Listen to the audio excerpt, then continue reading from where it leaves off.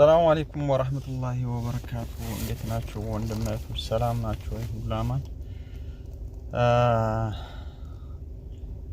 ስደትን በተመለከተ በተለይ ከሀገር መውጣት ለምታስቡ ወንድሞች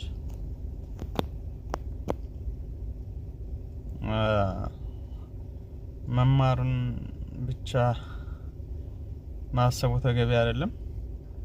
በእርግጥ ያው ሀገር ውስጥ እኔ ብዙ ጊዜ እላለሁኝ በዲግሪ ደረጃ እንኳን ተይዞ ቢሆን የሰው ሀገር ተኪዶ ስደት ያየ ሰው ሀገር ውስጥ ሆኖ ዲግሪ ከያዘ ሰው ይበልጣል ብዬ ነው የማምነው እኔ። ለምን? ስደት በጣም ብዙ ነገር ስለሚያስተምር ማለት ነው።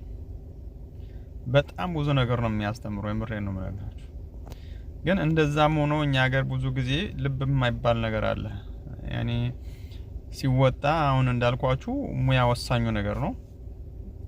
ቅድሚያ በቃ መስፈርት ተደርጎ የሚቀመጠው በሙያ ደረጃ ሰው ተማረም በጣም አሪፍ ነው፣ መማሩ የተሻለ ነው። በቃ እንደው ከትምህርት ውጪ ምን የሚታሰብ አይደለም። እንደው ስደት የሚሆን ሀገር ውስጥ ቢኮን በአሁን ሰዓት ያኔ ይሄ ነው በቃ በሰዓቱ እንትን የሚባለው እና ሲወጣ ደግሞ በጣም በተሻለው መማርም ብቻ ሳይሆን ከዛ ባለፈ እንደነገርኳችሁ በሙያ ደረጃ በየትኛውም ዘርፍ ሊሆን ይችላልና ያ ከምንም በላይ ነው። ግን ቅድሚያ ከመውጣት በፊት ብዙ መሟላት የነበረባቸው ነገራቶች ሳናሟላቸው ዝም ብለን ነው የምንወጣው። ቀድሞ ለወጣ ነው እኛ በተለይ ስነ ምግባር የሚባል ነገር ምንም ዜሮ ነን እኛ ሀበሾች። የምሬን ነው የምነግራችሁ። በተለይ እዚህ ሀገር አሁን እንደነ ፊሊፒኒ እንደው ሌላው ዓለም ዜጋ ይቀርና ፊሊፒኒን የሚያህል እኔ በስነ ምግባር የታነጹ በምን አይነት መልኩ ሊወጡ እንደሚችሉ አላውቅም።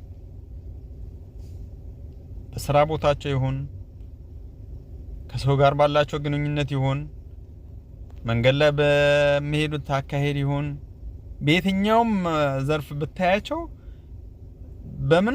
በምን አይነት መልኩ እኔ ታንጸው እንደሚወጡ ከሀገራቸው አላውቅም። በጣም ነው እኔ ይሄ እንደው በሌላ ጊዜ እንደው ሰፋ ባለ ርዕስ እመጣበታለሁና ስነ ምግባር ወሳኙ ነገር ነው። ከሀገር ስንወጣ ከሰው ጋር በተለይ የተለያየ ዓለም ነው የሚገጥመን፣ የተለያየ ዓለም ሰው ነው የሚገጥመን። ከዛ ሰው ጋር በምን አይነት መልኩ ማሳለፍ እንዳለብን፣ እንዴት መገናኘት እንዳለብን፣ ስራችን በምን አይነት መልኩ መግፋት እንዳለብን። በተለይ በስራ ትገናኛላችሁ፣ በመኖሪያ ቤት ትገናኛላችሁ፣ በመዝናኛ ቦታ ትገናኛላችሁ። በጣም በተለያየ አይነት መልኩ